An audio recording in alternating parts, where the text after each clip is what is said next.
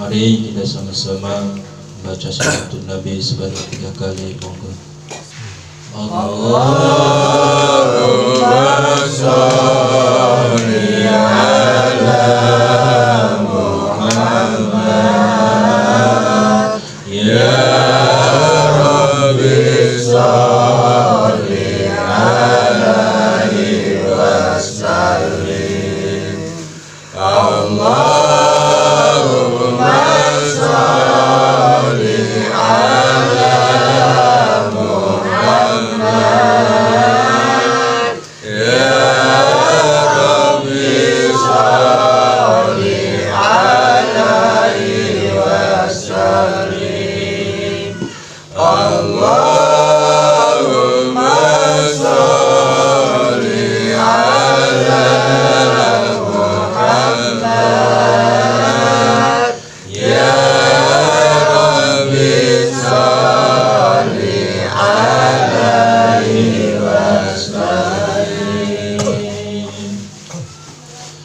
Bismillahirrahmanirrahim. Qabla kullil awwal wal akhir ba'da kullil akhir, wal awwalu wal akhir wal zahir wal batin.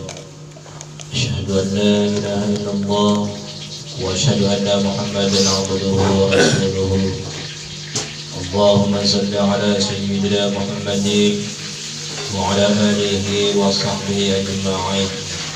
Subuhun kudusun Rabbuna wa Rabbul malaikati war ruh. Rabbi israh li sadri wa yassir li amri wahlul 'uqdatam min lisani yafqahu qawli. Amma ba'du, fa ya ayyuhal hadirun ittaqullaha haqqa tuqatih wa la tamutunna illa wa antum muslimun. Faqala Allah ta'ala fi kitabihil karim, a'udzu billahi minasy syaithanir rajim. Bismillahirrahmanirrahim. Wa ma arsalnaka illa rahmatan lil alamin. Shadaqallahul azim. Allahumma arhamna bil Qur'an. Segala puji hanya milik Allah Jalla Jalaluhu, yang mana pada malam hari ini Allah Subhanahu wa taala telah memberikan nikmat kepada kita semua, sehingga kita bisa berkumpul, bermuajahah, bersilaturahim dalam satu acara pengajian rutin setiap malam Selasa. Mudah-mudahan langkah kaki kita menuju ke majlis-majlis ilmu Allah Subhanahu wa taala berikan keberkahan kepada kita semua, yaitu keberkahan fid dini wad dunya wal akhirah. Salawat berserta salam semoga selamanya tercurah limpah kepada baginda alam yang fatwahnya begitu jelas, yang ucapannya begitu nyata, yang salatnya begitu khusyuk. Ta'ni habibana wa nabiyana Muhammad sallallahu alaihi wasallam, para keluarganya, para sahabat-sahabatnya, dan para tabi'at-tabi'atnya, kita sebagai umatnya. Mudah-mudahan mendapat syafaat nanti di yaumil qiyamah. Amin ya Allah ya rabbal alamin. Ma'asyiral muslimin, jamaah Yasin Fadilah yang dimuliakan oleh Allah Subhanahu wa taala.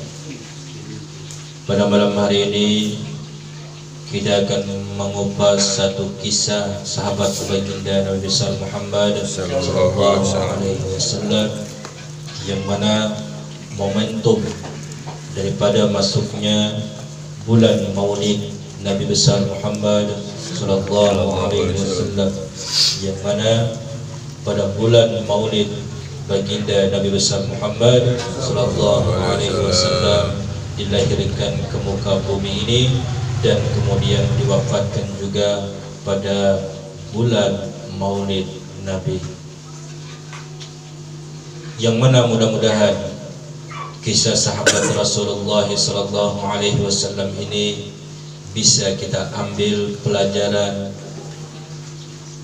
dari perjalanan beliau, yang mana sahabat baginda Nabi adalah yang bernama Ukasyah. Siapa Ukasyah tersebut? Ukasyah adalah sahabat baginda Nabi besar Muhammad sallallahu alaihi wasallam yang dulunya beliau itu menjadi seorang preman.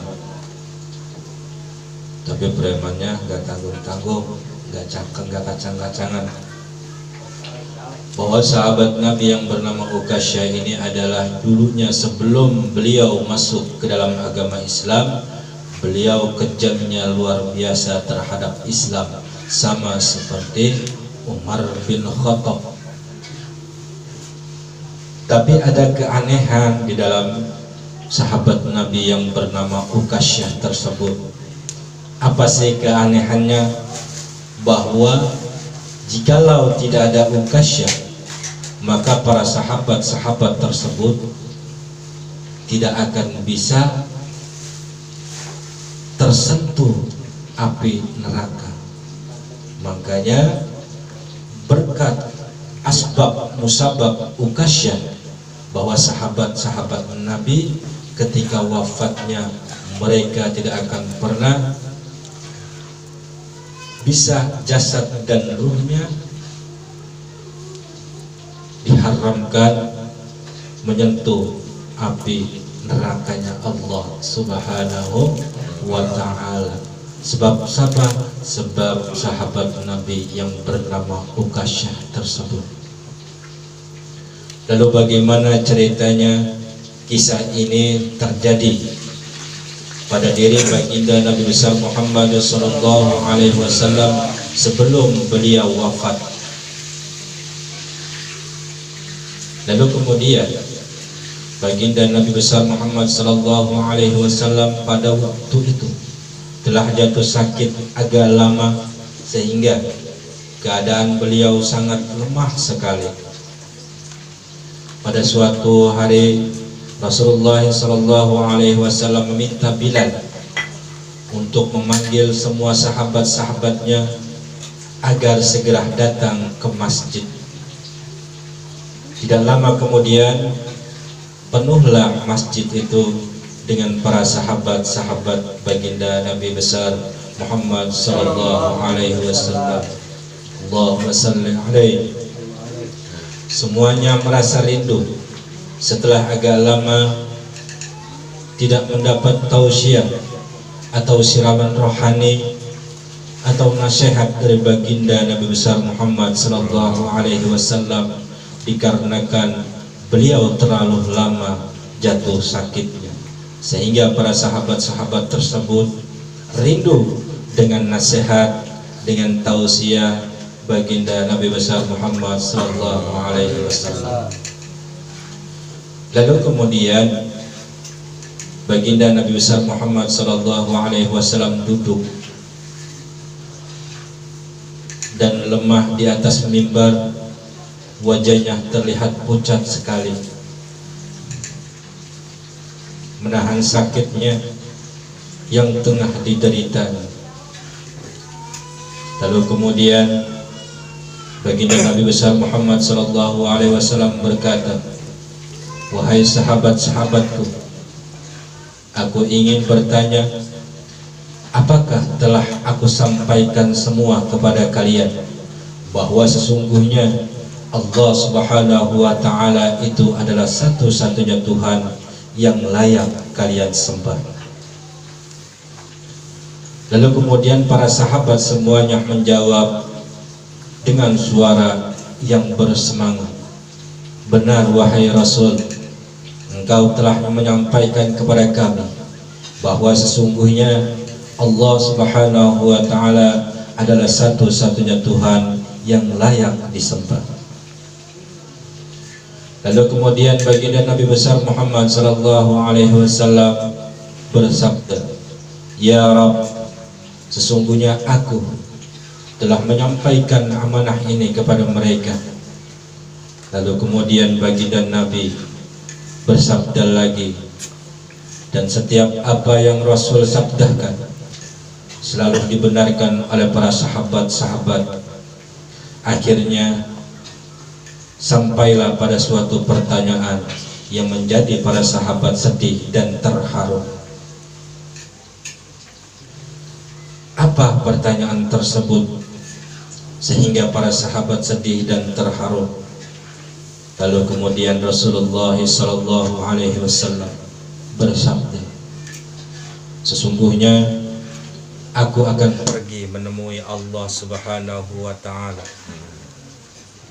dan sebelum aku pergi, aku ingin menyelesaikan segala urusanku dengan manusia. Maka aku ingin bertanya kepada kalian semua, adakah aku berhutang kepada kalian? Aku ingin menyelesaikan hutang tersebut karena aku tidak mau bertemu dengan Allah Subhanahu wa Ta'ala dalam keadaan berhutang dengan kalian.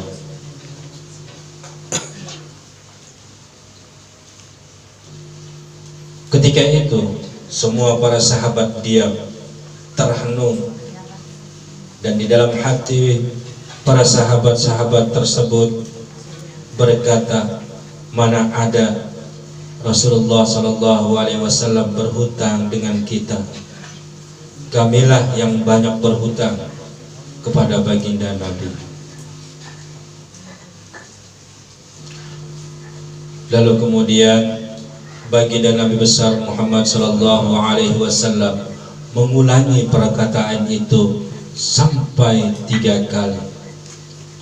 Wahai para sahabat-sahabatku, adakah aku berhutang kepada kalian? Lalu kemudian terhentak para sahabat-sahabat selalu diam, karena di dalam hati mereka bukan kamilah yang mempunyai hutang, bukan Rasulullah yang mempunyai hutang, tapi kamilah yang mempunyai hutang.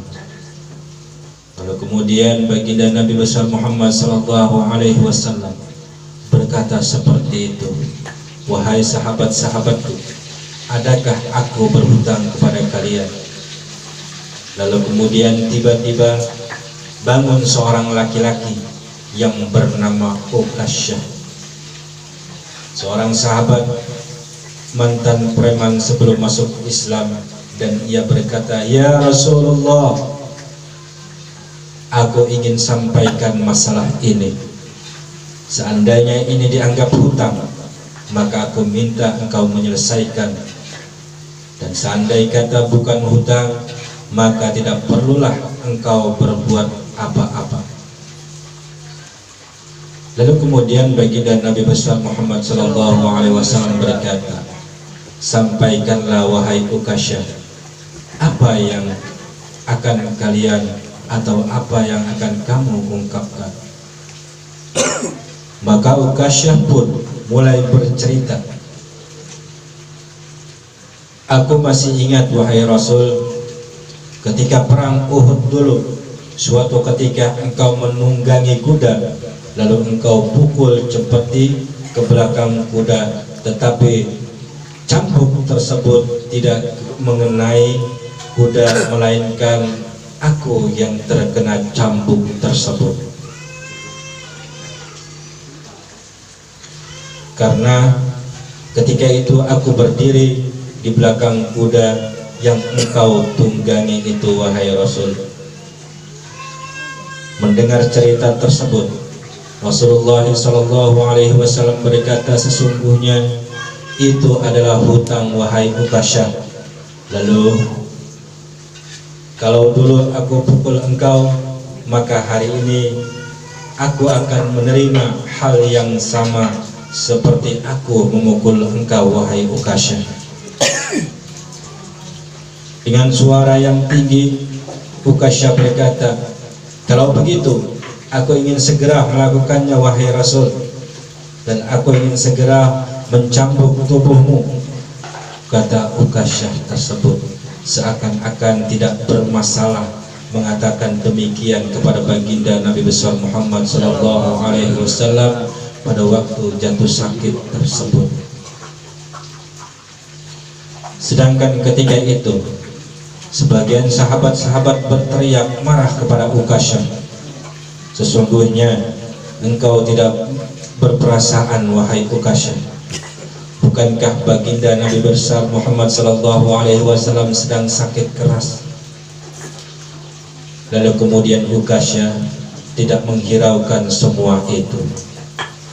Rasulullah sallallahu alaihi wasallam meminta Bilal untuk mengambil cambuk di rumah Fatimah anaknya. Lalu kemudian Bilal meminta cambuk itu dari Fatimah. Kemudian Fatimah bertanya, untuk apa Rasulullah sallallahu alaihi wasallam meminta cambuk itu wahai Bilal? Lalu kemudian Bilal menjawab dengan nada yang sangat sedih, cambuk ini akan digunakan untuk Ukasyah, untuk memukul baginda Nabi besar Muhammad sallallahu alaihi wasallam. Ketika Bilal menjawab seperti itu, lalu kemudian Fatimah anaknya menangis sejadi-jadinya seraya berkata, kenapa Ukasyah hendak memukul ayahku, padahal ayahku sedang sakit. Kalau Ukasyah mau memukul, maka pukullah aku sebagai anaknya. Lalu kemudian Bilal menjawab, sesungguhnya ini adalah urusan mereka antara Rasul dengan Ukasyah. Lalu kemudian Bilal membawa cambuk tersebut ke masjid, lalu diberikan Ukasyah. Setelah mengambil cambuk itu, Ukasyah menuju ke hadapan baginda Nabi besar Muhammad sallallahu alaihi wasallam. Lalu kemudian tiba-tiba Abu Bakar As-Siddiq berdiri menghadang Ukasyah sambil berkata, wahai Ukasyah, kalau kamu hendak memukul, pukul aku. Aku adalah orang pertama beriman dengan apa yang Rasul sampaikan. Akulah sahabat dikala suka maupun duka. Kalau engkau hendak memukul, maka pukullah aku wahai Ukasyah.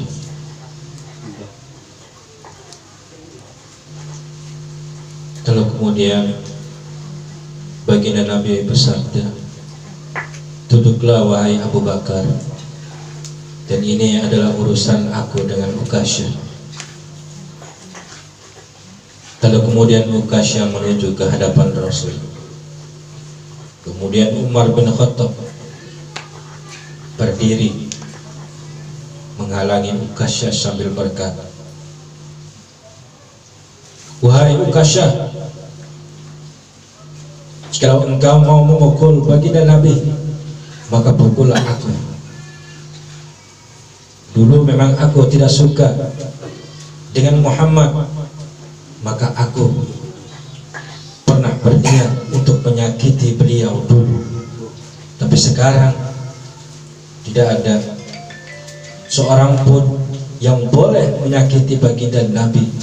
Kalau engkau berani menyakiti beliau, maka langkahi dulu mayatku, kata Umar bin Khattab. Saking cintanya Umar bin Khattab kepada baginda Nabi besar Muhammad sallallahu alaihi wasallam. Lalu kemudian Rasulullah sallallahu alaihi wasallam berkata, duduklah wahai Umar, dan ini adalah urusanku dengan urusan Ukasyah. Lama kelamaan Ukasyah menuju ke hadapan Rasul.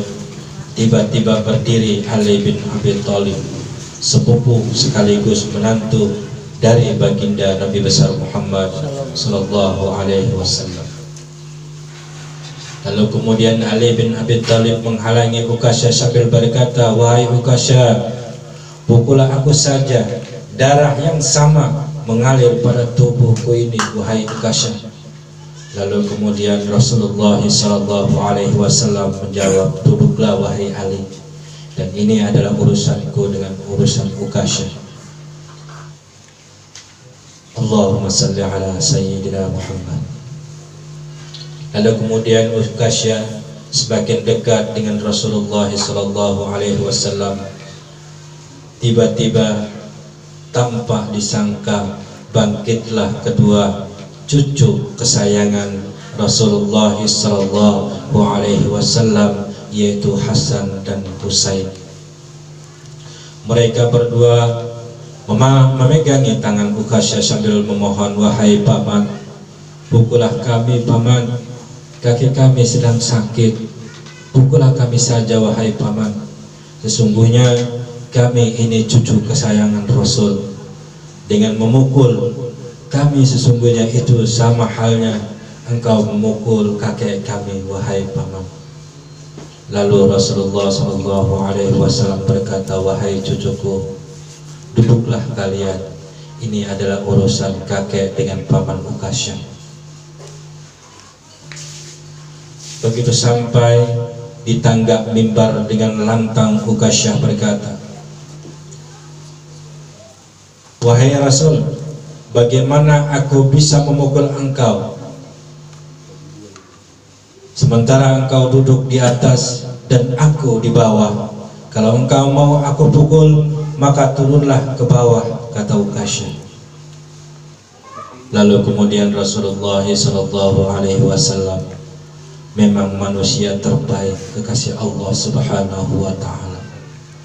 Lalu kemudian meminta para sahabat untuk menuntun Rasul agar supaya duduk di bawah mimbar tersebut. Lalu dengan suara tegas Uqasyah berkata, dulu waktu engkau memukul aku tidak memakai baju wahai Rasul. Para sahabat sangat geram pada waktu itu mendengar ucapan Uqasyah seperti itu. Tanpa berlama-lama, dalam keadaan lemah, Rasulullah SAW membuka bajunya. Lalu kemudian terlihatlah tubuh Rasul yang sangat indah, sedangkan beberapa batu terikat di perut Rasul, bertanda Rasul sedang menahan lapar. Lalu kemudian Rasulullah SAW bersabda, wahai Uqasyah, segeralah dan jangan kamu berlebih-lebihan, nanti Allah Subhanahu wa Ta'ala akan murka kepadamu.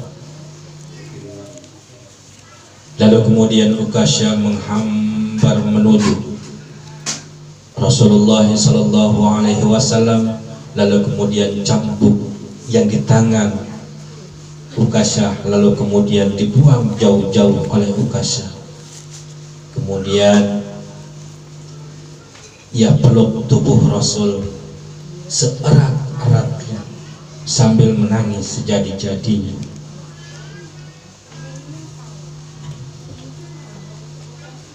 Lalu kemudian Uqasyah berkata, ya Rasul, ampunilah aku, maafkanlah aku, mana ada manusia yang sanggup menyakiti engkau ya Rasul. Sengaja aku melakukan ini agar aku dapat merapatkan tubuhku dengan tubuhmu, karena engkau pernah berkata, wahai Rasul, barang siapa yang kulitnya pernah bersentuh denganku, maka diharamkan api neraka masuk.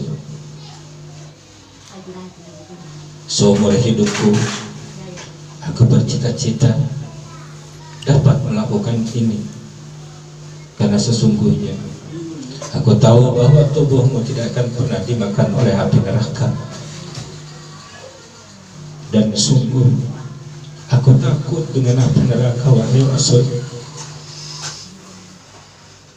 Lalu kemudian baginda Nabi tersenyum, berkata kepada sahabat-sahabatnya, wahai sahabat-sahabatku, jika kalian ingin melihat ahli surga, maka lihatlah Ukasyah. Semua para sahabat-sahabat menitikkan air mata. Lalu kemudian para sahabat-sahabat bergantian untuk memeluk baginda Nabi besar Muhammad sallallahu alaihi wasallam. Mudah-mudahan kisah seorang Ukasyah yang cerdas, yang luar biasa, bisa kita ambil pelajaran tersebut. Dan mudah-mudahan kita bisa menjalankan kehidupan sehari-hari kita dalam kisah sahabat Ukasyah yang jasad dan ruhnya tidak tersentuh api nerakanya Allah Subhanahu wa ta'ala. Itu saja nasihat dari kami, mudah-mudahan ada manfaatnya. Jikalau benar itu datangnya dari Allah Subhanahu wa ta'ala, jikalau salah itu datangnya dari diri saya sendiri. Tasin hamim kafa ya imsa idaba amruhu idza arada syai'an ay yaqula lahu kun fayakun. As-sallallahu fa ba'sal ladina kafaru wallahu ashhadu ba'sha wa ashhadu tankila wa ma arsalnaka illa rahmatan lil alamin.